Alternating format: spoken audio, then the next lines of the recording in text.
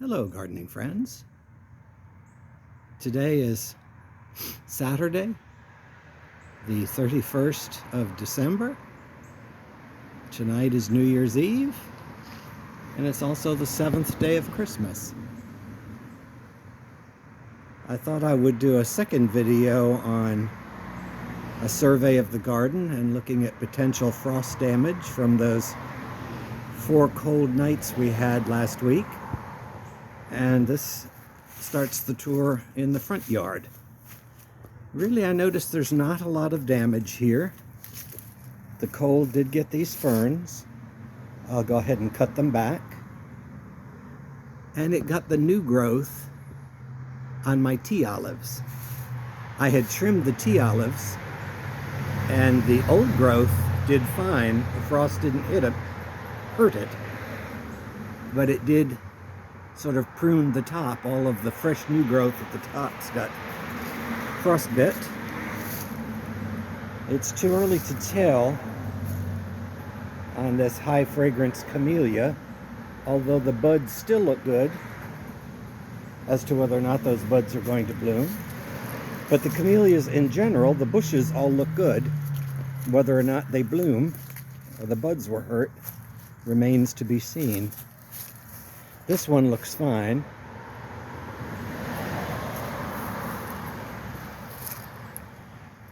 This one, you can see the flowers that were blooming definitely got fried, but we'll see what the new flowers will do. Other than that, there's really minimal damage here. None of this was protected those cold days. I see this particular cycad. The cycads will tell you whether or not they were hit hard, and this one will be cut back again this year. It's letting me know that it needs to be trimmed. It's not dead, but it just needs to be cut back. Gardenias fared okay. A little bit of leaf burn on that particular gardenia. These bananas were hit. I haven't trimmed them back yet, but I will.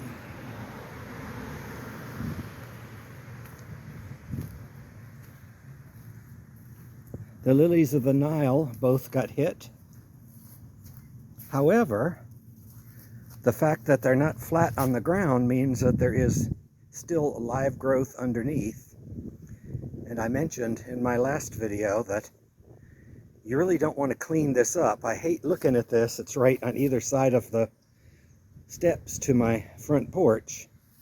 But if you clean this stuff up, it's still got potentially live growth underneath all of that, and the next frost will nip that. So it's best to just sort of leave the plant as it is, and it'll tell you what's dead and what's not dead. The wandering dude got hit. However, it didn't get hit uniformly. You really can't kill this stuff. There you see new growth. Well, I should say not new, but undamaged growth. And back in there next to the house, it's been undamaged. These agaves fared well. The only thing that you can tell is these outer branches sort of are drooping over the pot. However, they're still rigid and green, so I'm going to leave them until they become a problem and then trim them off. But the heart definitely did not get touched. These geraniums I had inside the house, so don't expect any damage on that. Here you go again with another unprotected agave. And which is surprising, actually, because they are in a metal pot. But they are close to the house, and this is the southern side of the house. Now these two cycads on either side of the porch really have little to no damage on them. These leaves are still from last year, so they're very mature leaves. And there's a little bit of burn here on the top, but not all that much.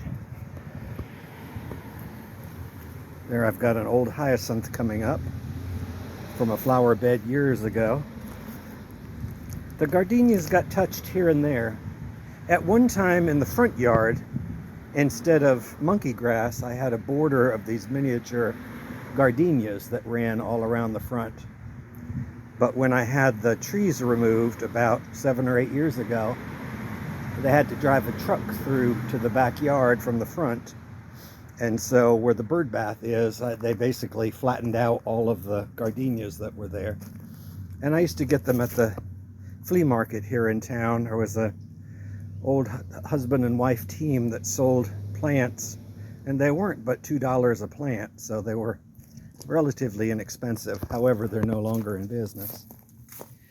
Surprisingly enough, I did cover this Australian tree fern, and the top of which got hit, but it still has green bits to it, and you can see a bright green patch right near the base. That's where I had wrapped a towel around that.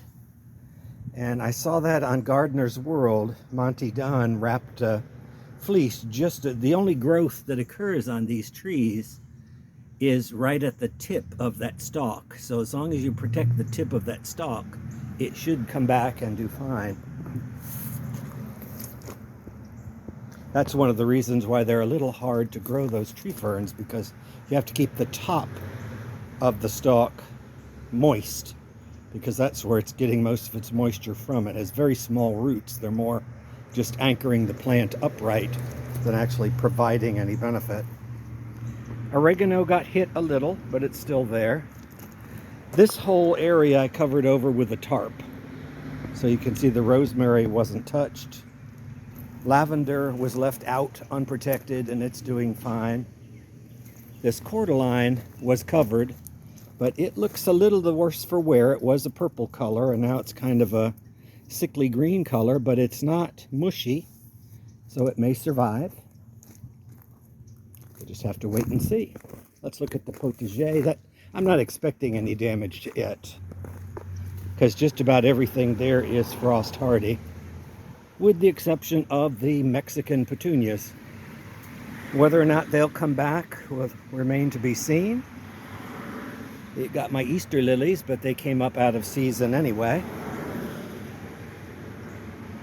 It didn't impact the monkey grass or the little mini carnations. Oh, something's been digging in this pot. And I planted some paper white bulbs there on either side of the front gate. Oh, that pot needs straightening. I did bring those pots next to the house, so not really any damage out of the ordinary. My broccoli still doing fine. In front, a little bit of wind damage, if anything, to these red antirrhinums. And the flax lilies look terrible. I have to cut them back. And the Opuntia cactus did okay. Opuntias are hardy you can grow them up north. I had a garden in New York, which I brought a chunk of this Opuntia to.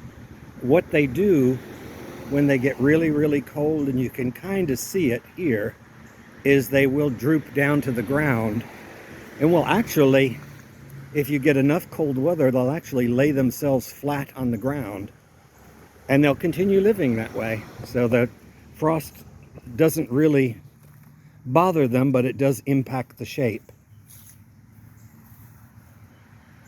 And by the way, deer love to eat those. I don't have deer problems here in the city, but I did have in upstate New York. So that kind of wraps up the backyard. Front yard, rather. Let's go into the backyard. So in general, again, I'm still optimistic. I don't see a lot of anything out of the ordinary being destroyed. Here again, you can see the young growth on the azaleas. I guess that's one of the reasons they always say not to shape or trim your azaleas too late in the season. And there's the reason why, because frost will nip all of the new growth. However, the old growth is fine. So and the same with this camellia. It got the new growth on top, but the older growth is fine. And the African iris, no impact at all on them. Of course, I did bring these pots. I grouped them next to the house because I didn't want them to be damaged. I can't replace them if they are to shatter from frost. Ooh, I hear Miss Mimi waiting for me here. Let's go ahead and lock the gate. Oh, there she is. Hi, Miss Mimi. Yeah, I'm coming back. There you can see by Miss Mimi, the angel's trumpet is no more. That is the peach colored one. I will cut it back. I'm going to try cutting it back about 3 feet off of the ground and see if it'll come back from the stalk. I doubt it. It will come back from the roots. That I know for a fact. Here, not much was touched. I brought pretty much all my pots in back here, with a couple of exceptions.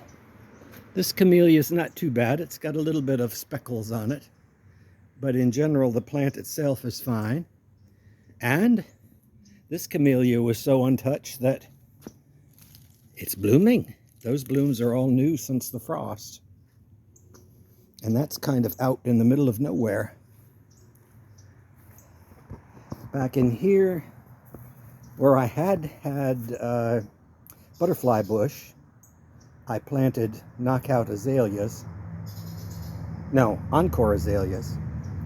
And that's the same autumn carnation that I have good luck with. Actually, I kind of just like the pink color. Let's see, I think there's a camellia, another camellia here. Mexican heather. I can't tell you if it's dead or not. It's mostly brown, but it looks like there might possibly be some green at the base. I may try just cutting it back to the ground and see if it comes back. But at this point, it's just a waiting game. Now this camellia, that's a new blossom. And that's what happens when the buds get hit by frost. When they bloom, they still give you a nicely shaped flower, but they have little brown splotches. So it'll still bloom, they just won't be quite as pretty. It's really the first time we've had some sunny weather here where I could go outside. It's been raining a lot recently.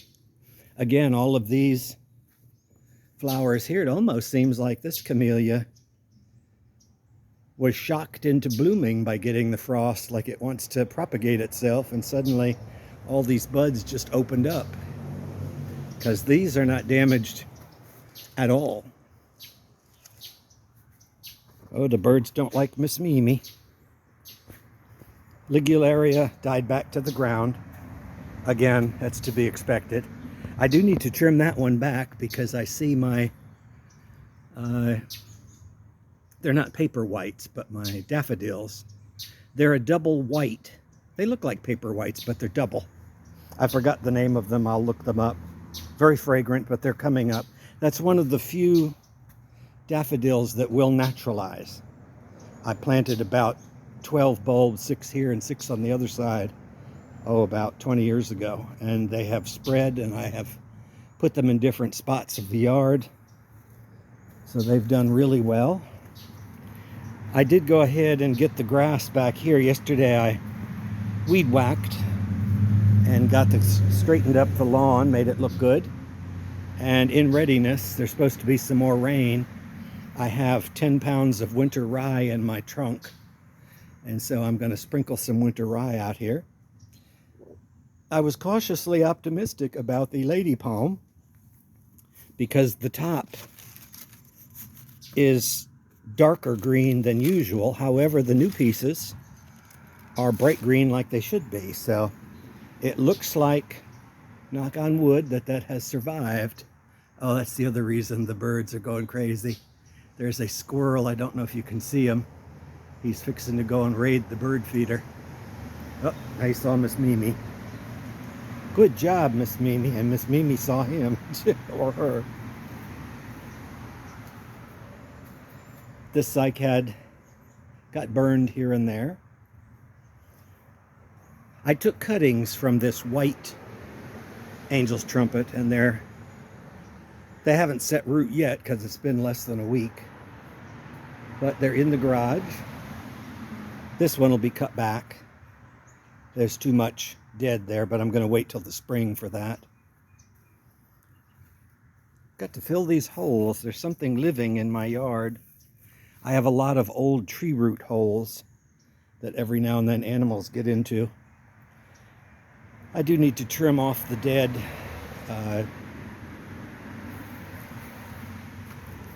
these dead plants. Variegated gingers. They should come back. No guarantee, but they should come back. And to be truthful, if they don't, I won't miss them. Because as I get older, to have to protect plants, and I did not protect these, it gets to be a pain in the butt. So I'm trying to lose those plants that aren't as hardy in our weather. One good thing, if you do have palm trees, they are a good plant to put other things around the base of, because you fertilize palm trees at least 4 times a year. Truthfully, I do mine about 3. You're supposed to do them about 4 times a year. And so there's a lot of runoff fertilizer. So whatever you plant at the base of your palm will really do pretty well. These Fatsias need a little trimming. They are smothering poor David over here. I do need to straighten David. I see he's sagging forward. During Hurricane Katrina, a branch fell and hit him on the head, and he actually broke both of his legs down to the rebar that's inside, and I was able to piece him back together again with hydraulic cement.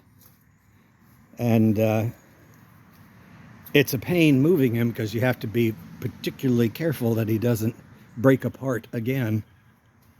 So I'll probably need help with a crowbar just lifting the base up. And this one looks like she's sagging backwards. So again, the same thing, only in this case, she's heavy and not broken. So, but yeah, definitely it looks like the frost has heaved that up in the front. I brought these strawberry pots in because I didn't want to have pot damage. I don't know if I've lost this Meyer lemon or not. It's too early to tell, but it did get significant damage. Really no noticeable damage on the kumquat or the Owari satsumas.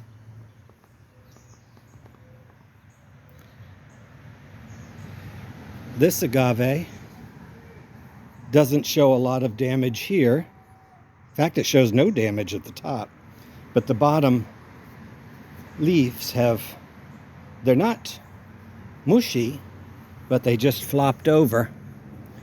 And so I'm going to cut them off just to make it easier to mow the lawn. Let's see, back in here, cycads did okay. I covered these topiaries because I wanted to save the pots. And they seem like they all did okay. Here's some more lavender in pots. I love lavender. When I had gardens up north, it used to grow really fast and all over the place up there, but I have a hard time growing it down here. It seems to love pots. It loves to be a little on the dry side in pots. The Akuba doesn't look like it was touched, especially underneath these trees. And really hard frost, sometimes it'll get nipped back.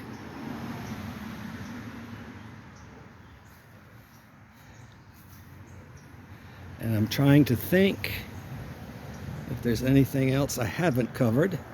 The neighbor's grapefruit tree really got hit, but it's an old tree, it will recover. There's a whole bunch of grapefruits down at the street. I may go and get me a few. They'll still be edible. I have a few fruits left on these trees I need to pick. Palm-wise, I don't really see any damage on the palms, knock on wood, other than the 2 cycads here. And these were completely stripped down to nothing earlier this spring. Let me see if I can get a view. Yeah, if you look at the top of the Canary Island date palm, knock on wood, so far it doesn't show any damage. The bottom had been turning yellow. I don't think that's new damage.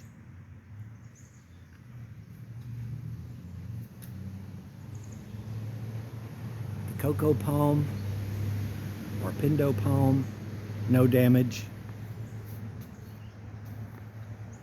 So really, overall, it wasn't too bad. Of course, I say that. The reason it wasn't too bad for me is this is about 30 years of me planting back here, and I have planted things that through the years I found will survive cold. These aspidistras, I read about aspidistras and cold hardiness. These leaves were frozen solid. I mean, you could snap them. And they were really frozen here next to the deck as opposed to next to the house. And you really don't see any major damage to them yet. Let's see, you can see the tops. We're going to have to trim some of the dead leaves off of that palm, windmill palm. The frost didn't do that. I couldn't see them from here because you may recall I had banana trees here, and they obscured that view. And I did purchase a new pruning saw, or saw on a stick, Fiskars, one of the best companies out there. I have their pruning saw, and I also have a couple of hand pruners.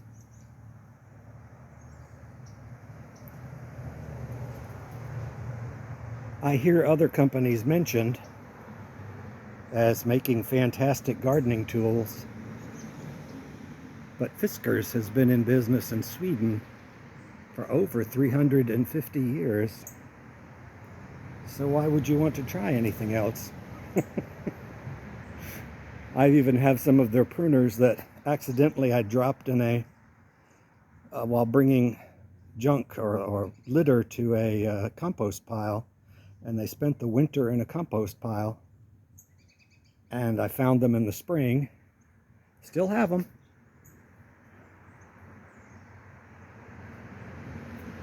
This is not a paid commercial, just a comment. Now this particular plant was in this strawberry pot. I did protect. I brought it inside the garage. And here you can see the purple color on this looks a little better. This is the agave I may have lost. This was frozen solid, and it's gushy. Whether or not the middle will recover, we'll see. I'll keep it.